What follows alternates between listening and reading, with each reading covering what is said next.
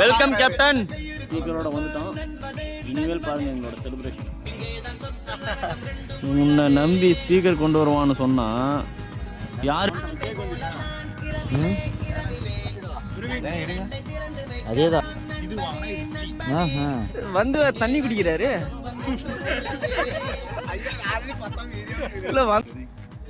ஏதோ ஆயிட்டு